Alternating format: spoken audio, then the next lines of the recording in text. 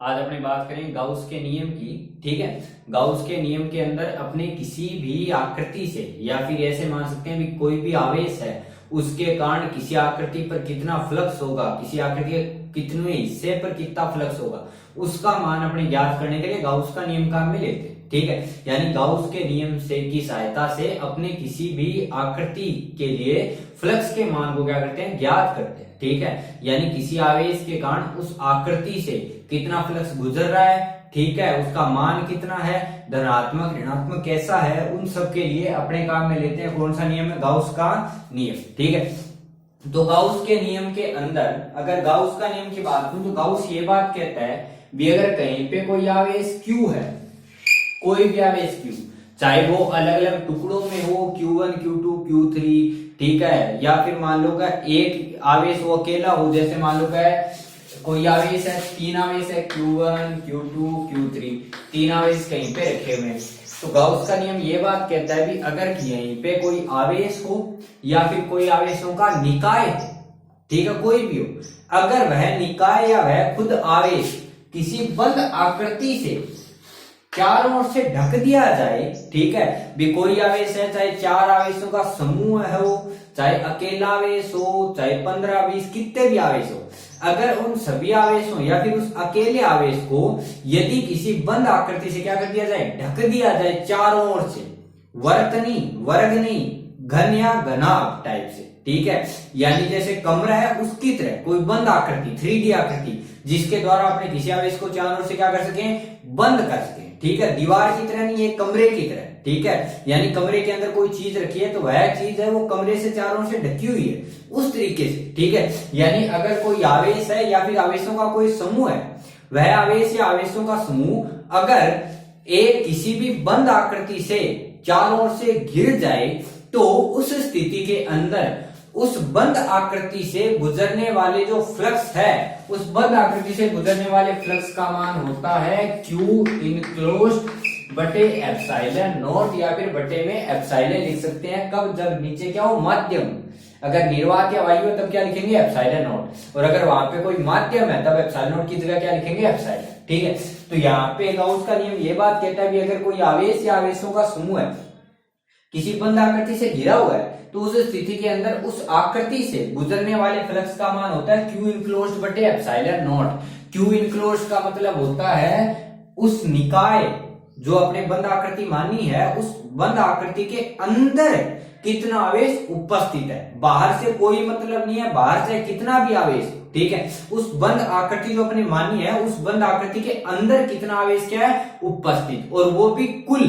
ठीक है, अकेला आवेश नहीं, यहाँ पे Q1 नहीं आएगा, Q2 नहीं आएगा, Q3 नहीं आएगा, यहाँ पे तीनों का क्या आएगा, योग आएगा, यानी कुल आवेश। ठीक है, इसलिए लिखा जाता है फाई है उसको लिखते हैं Q इनक्लोज्ड बटे एप्सिलॉन नॉट। Q इनक्लोज्ड का मतलब होता है उस बंद आकृति के अंदर उपस्थित है आवेश, इसलिए लिखा जा सकता है फाई बराबर इसे लिख सकते हैं Q इनक्लोज्ड और गुणा 1 बटे एप्सिलॉन नॉट। ठीक है, तो इसलिए गाउस का जो नियम है, गाउस का नियम के लिए अपने इसका कथन लिखते हैं किसी बंद आकृति के लिए, ठीक है, अगर उसके अंदर कोई भी बंद आकृति है तो गाउस का नियम ये बात लिखते हैं कि किसी भी बंद आकृति के लिए या फिर किसी भी बंद पृष्ठ के लिए उससे गुजरने वाले कुल फ्लक्स का मान उसके अंदर उपस्थित आवेश या उसके अंदर उपस्थित कुल आवेश का 1 बटे एप्सिलॉन नॉट गुना होता है, यानी Q इनक्लोज्ड गुणा 1 बटे एप्सिलॉन नॉट। इसलिए लिखा जाता है गाउस का नियम, गाउस के नियमानुसार किसी बंद आकृति से गुजरने वाले फ्लक्स का मान उस बंद आकृति के अंदर उपस्थित आवेश के कुल मान का 1 बटे एप्सिलॉन नॉट गुना होता है। इसलिए लिखा जाता है फाई बराबर Q गुणा 1 बटे एप्सिलॉन नॉट, यानी इसको लिख सकते हैं Q बटे एप्सिलॉन। ठीक है, तो इसलिए अपने को ध्यान रखना है गाउस का नियम, गाउस का नियम अपने बात करते हैं किसी बंद आकृति के लिए, और ये नियम अपने को ये बात कहता है भी किसी भी बंद आकृति से गुजरने वाले फ्लक्स का मान सदैव उस बंद आकृति के अंदर उपस्थित कुल आवेश का 1 बटे एप्सिलॉन नॉट गुणा होता है, और अगर वहां पे माध्यम है तो एप्सिलॉन नॉट की जगह क्या रख सकते हैं, एप्सिलॉन। ठीक है, तो यहां तक बात करते हैं अपने गाउस के नियम की।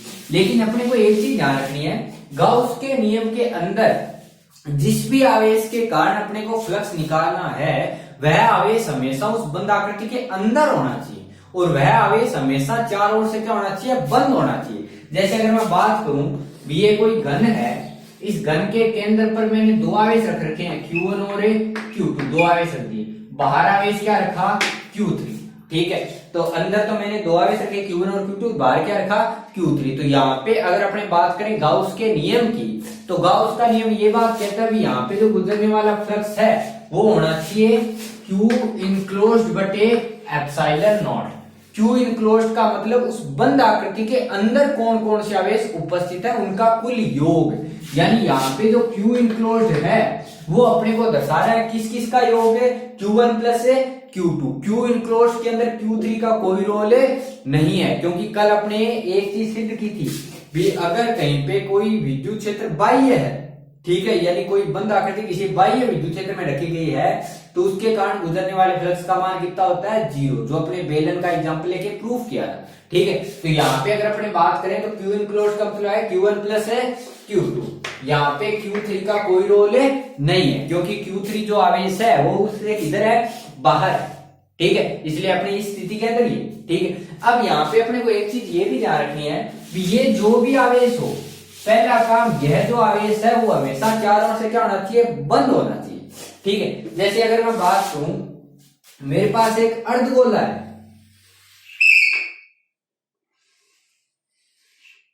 अगर एक अर्धगोला है और उस अर्धगोले के केंद्र पर कोई आवेश क्या रखा गया है, Q, ठीक है। अर्धगोला जैसे कटोरी है और उसके आगे ऊपर केंद्र पर आवेश क्या रखा गया है, Q।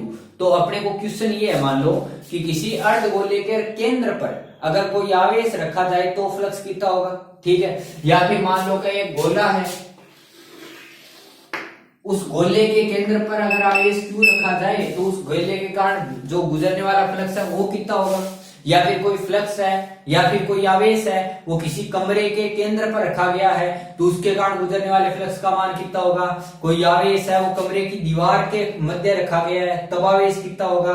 कोई आवेश है वो उसकी किनारे पे भुजा पे रखा गया है तब आवेश कितना होगा, ठीक है। तो उसके आधार पे अपने अलग अलग बातें करते हैं गाउस के नियम के अनुप्रयोग की, ठीक है। तो जैसे अगर अपने पहला क्वेश्चन देखें, मान लो तो पहला क्वेश्चन मान लो ये है कि कोई आवेश Q है, वह आवेश Q उससे गोले के केंद्र पर रखा गया है, ठीक है। कोई भी आवेश Q है वो किसी गोले के क्या रखा गया है, केंद्र पर, तो उस गोले से गुजरने वाले फ्लक्स का मान ज्ञात कर। अब अगर मैं यहाँ पे गाउस का नियम बात करूं तो गाउस का नियम के अंदर गाउस का नियम जब भी लगाएं तो अपने को सबसे पहली चीज ये ध्यान रखनी है, जो भी आवेश है वह आवेश चारों ओर से क्या होना चाहिए, बंद होना चाहिए, ठीक है। पहली स्थिति है, अगर वो स्थिति ये वेरीफाई करता है भी अपना जो भी डायग्राम है या जो भी क्वेश्चन है उसके अंदर ये स्थिति पहले बन रही है तब तो अपने दिक्कत है नहीं, और अगर ये स्थिति नहीं बनती तो अपने को वो स्थिति बनानी पड़ेगी, ठीक है। यानी उस आवेश को किसी न किसी तरीके से चारों ओर से क्या करना पड़ेगा, बंद करना पड़ेगा, ठीक है। जैसे मैंने कहा भी कोई आवेश Q है वो किसी गोले के केंद्र पर है, ठीक है। अगर गोले की बात करूं, गोले का केंद्र की बात करूं तो गोले का केंद्र बिल्कुल क्या आएगा, उसके अंदर। यानी अगर इस क्वेश्चन के अंदर मैं देखूं तो जो आवेश Q है वो गोले से चारों ओर से क्या हुआ है, घिरा हुआ। क्यों? क्योंकि जो आवेश Q है वो कहां पे रखा गया है, गोले के केंद्र पर, ठीक है। तो इसका मतलब ये है भी ये जो आवेश Q है वो चारों ओर से क्या हुआ है, घिरा हुआ। तो अगर चारों ओर से घिरा हुआ है तो अपनी कंडीशन है वो फुलफिल होती है, ठीक है। इसका मतलब ये है भी यहाँ पे मैं गाउस का नियम क्या कर सकता हूँ, लगा सकता हूँ। तो गाउस का नियम क्या कहेगा, ये जो फ्लक्स है वो होना चाहिए Q इनक्लोज्ड बटे एप्सिलॉन नॉट, ठीक है। यानी अंदर कितना आवेश बंदा और नीचे क्या आएगा, एप्सिलॉन नॉट। तो अगर मैं आवेश Q देखूं तो आवेश Q चारों ओर से गोले से क्या है, बंद है। इसका मतलब अंदर आवेश का मान क्या है, Q। तो यहाँ पे फाई लिखा जा सकता है Q बटे एप्सिलॉन नॉट। इसका मतलब गोले से गुजरने वाले फ्लक्स का मान कितना है, Q बटे एप्सिलॉन नॉट। इसी तरह अपने वार्षिक में आया था पिछले से पिछले साल, यहाँ पे 3 कूलाम आवेश था, माइक्रो कूलाम, यहाँ पे 2 माइक्रो कूलाम, यहाँ पे 1 माइक्रो कूलाम और यहाँ पे 6 माइक्रो कूलाम, ठीक है। और अपने ये जो बीच वाला भाग है उसको ऐसे छायांकित किया गया था, ठीक है। यानी यहाँ पे 2 माइक्रो कूलाम और 2 कूलाम और यहाँ 2 माइक्रो कूलाम और यहाँ पे 1 माइक्रो कूलाम, और उसमें ये दिया था भी डायग्राम के अंदर जो छायांकित भाग है ये वाला भाग, उससे गुजरने वाले फ्लक्स का मान ज्ञात कर। तो अगर मैं इस छायांकित भाग से फ्लक्स का मान ज्ञात करूं तो उसके आधार पे अपने को अगर गाउस का नियम लगाना है तो गाउस का नियम अपने को ये बात कहता है भी किसी भी बंद आकृति से गुजरने वाले फ्लक्स का मान कितना होता है, Q बटे एप्सिलॉन नॉट। इसका मतलब ये है भी जिस भी भाग में अपने को गाउस फ्लक्स ज्ञात करना है या गाउस का नियम लगाना है तो वह आकृति चारों ओर से पहले क्या करनी है, बंद। तो क्वेश्चन ये था कि छायांकित भाग से गुजरने वाले फ्लक्स का मान ज्ञात करो। तो अगर यहाँ पे देखूं तो 2 माइक्रोकूलम और 1 माइक्रोकूलम छायांकित भाग में 2 आवेश है और वह चारों ओर से क्या हुआ, घिरा हुआ है। इसका मतलब पहली कंडीशन अपनी फुलफिल होती है भी जहां से अपने को फ्लक्स मान ज्ञात करना है वह आकृति चारों ओर से क्या है, बंद है। इसका मतलब ये है कि अगर गाउस का नियम लगाऊं तो फाइव ग्राफ लिख सकता हूं Q इनक्लोज्ड बटे एप्सिलॉन नॉट। Q इनक्लोज्ड यानी Q इनक्लोज्ड का मतलब ये है ये जो आवेश है वो आवेश आना चाहिए जो उस आकृति के अंदर क्या है, बंद है। तो अपने को भाग छायांकित से ज्ञात करना है फ्लक्स। तो छायांकित भाग के अंदर अपने पास 2 आवेश है, 2 माइक्रोकूलम और 1 माइक्रोकूलम। इसका मतलब Q इनक्लोज्ड की जगह आना चाहिए 2 माइक्रोकूलम और प्लस में 1 माइक्रोकूलम और बटे में कितना, एप्सिलॉन नॉट। तो आंसर आ गया अपने पास 3 माइक्रोकूलम बटे में एप्सिलॉन नॉट। यहाँ पे 3 माइक्रोकूलम और 6 माइक्रोकूलम का कोई रोल नहीं है क्योंकि अपने को उससे गुजरने वाले फ्लक्स का अगर मान ज्ञात करना है तो फ्लक्स का मान ज्ञात करने का मतलब ये है वह आवेश चारों ओर से क्या होना चाहिए, बंद होना चाहिए। ठीक है, इसी तरीके से अगर मैं बात करूं भी कोई भी आवेश है वो किसी अर्धगोले के केंद्र पर रखा गया। अर्धगोले के केंद्र की अगर बात करूं तो अर्धगोले के केंद्र का मतलब ये है कि वो जो आवेश है वो एक साइड तो गोले से घिरा हुआ है लेकिन जो वर्ताकार उसकी सतह है गोले की वहां पे नहीं गिरा हुआ, वहां पे ऊपर से क्या अपने को दिखाई दे रहा है। ठीक है, यानी गाउस के नियम के अंदर अपने को आवेश की ऐसी स्थिति बनानी है भी उसको किसी भी साइड से अपने देखें अपने को वो आवेश उस आकृति से बाहर नहीं दिखना चाहिए। ठीक है, तो जैसे अगर मैं बात करूं अर्धगोले की तो अर्धगोले की अगर मैं बात करूं तो मैंने कहा भी एक अर्धगोला ऐसा, ठीक है, तो एक गोले का एक हिस्सा अर्धगोला, तो ऐसा अर्धगोला। तो अर्धगोला ऐसे होने का मतलब ये है भी ये जो ऊपर वाली सतह ये वर्ताकार दिखेगी अपने को कटोरी की जैसी, और कटोरी का केंद्र कहां पे है, कटोरी का अगर मैं केंद्र देखूं तो ऊपर वाली वर्ताकार सतह के अंदर आना चाहिए। तो उस वर्ताकार सतह पे अगर मैंने आवेश रखा है तो वो नीचे की साइड से तो कटोरी से घिरा हुआ है लेकिन ऊपर की साइड से घिरा हुआ नहीं है। ठीक है, इसका मतलब ये है कि ये जो डायग्राम है वो गाउस का जो नियम है वो पहली कंडीशन को फुलफिल नहीं कर रहा। यानी अगर मैंने अर्धगोलाकार आकृति के केंद्र पर मैंने अगर कोई आवेश रखा है तो वह आवेश चारों ओर से घिरा हुआ नहीं है, वह नीचे से घिरा हुआ लेकिन ऊपर से क्या फ्री है, तो उसको ऊपर से भी क्या करना पड़ेगा, पहले बंद। तो पहली कंडीशन फुलफिल नहीं है तो इसका मतलब यह है कि मेरे को ये करना पड़ेगा, कोई ऐसा प्रोसेस करना पड़ेगा जिसके जरिए अपने उस आवेश को चारों ओर से क्या कर दें, बंद। ठीक है, तो जैसे अर्धगोला बात करूं तो अर्धगोले का मतलब कटोरी है, तो कटोरी के केंद्र पे अगर कोई चीज रखी गई है तो उस केंद्र को ढकने के लिए अगर मैं ऊपर एक कटोरी और रख दूं तो वह आवेश चारों ओर से क्या हो जाएगा, बंद। क्योंकि अगर कटोरी के केंद्र पे मैंने कोई चीज रखी तो 2 कटोरियों को अगर आपस में जोड़ दें तो उसके बीच वाला केंद्र पूरी तरह से दिखाई नहीं देगा अपने को। इसका मतलब ये है भी अगर अर्धगोला है, अर्धगोले के केंद्र पर कोई आवेश रखा गया है तो उस आवेश को बंद करने के लिए एक अर्धगोला और लाना पड़ेगा मेरे को, और वो उसके किधर रख दो, ऊपर। यानी ये जो Q है वो ऊपर से दिखाई दे रहा है, नीचे से तो गोला आ गया लेकिन ऊपर की साइड से क्या है दिखाई। तो इसको बंद करने के लिए गाउस का नियम लगाने के लिए इसको चारों ओर से क्या करना पड़ेगा, बंद। और चारों ओर से बंद करने के लिए इसको मुझे एक अर्धगोला और मारना पड़ेगा, तो मैंने इसके ऊपर एक अर्धगोला और बना दिया। ठीक है, अब ये आवेश चारों ओर से क्या है, बंद है। तो गाउस का अगर नियम लगाऊं तो बंद आकृति के कारण फ्लक्स क्या होना चाहिए, Q बटे एप्सिलॉन नॉट।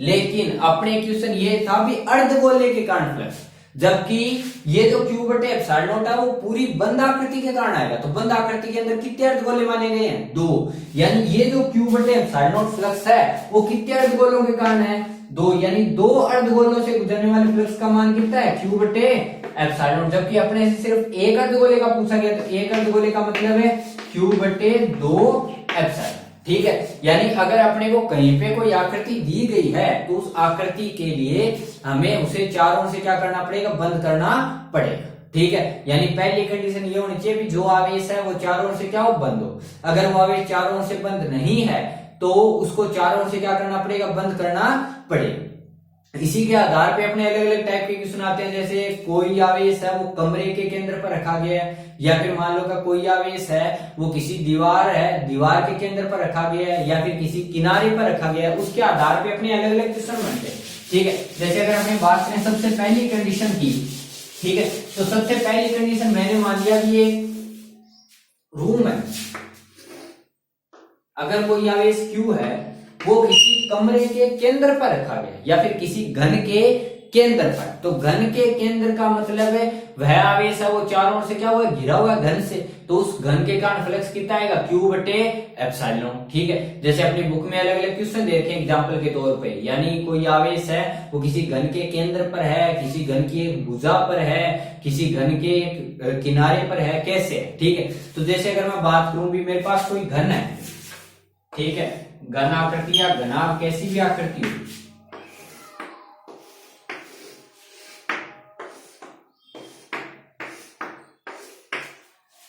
पहला क्वेश्चन ये है भी ये जो आवेश Q है वो उस घन के केंद्र पर रखा गया, तो घन के केंद्र पर होने का मतलब है वह चारों ओर से क्या हो गया, घिर गया। ठीक है, चारों ओर से घिरने का मतलब ये है भी वह चारों ओर से क्या है, बंद, और चारों ओर से बंद होने का मतलब फाई कितना आना चाहिए, Q बटे एप्सिलॉन। तो पहले क्वेश्चन में अपने को दिक्कत नहीं होनी।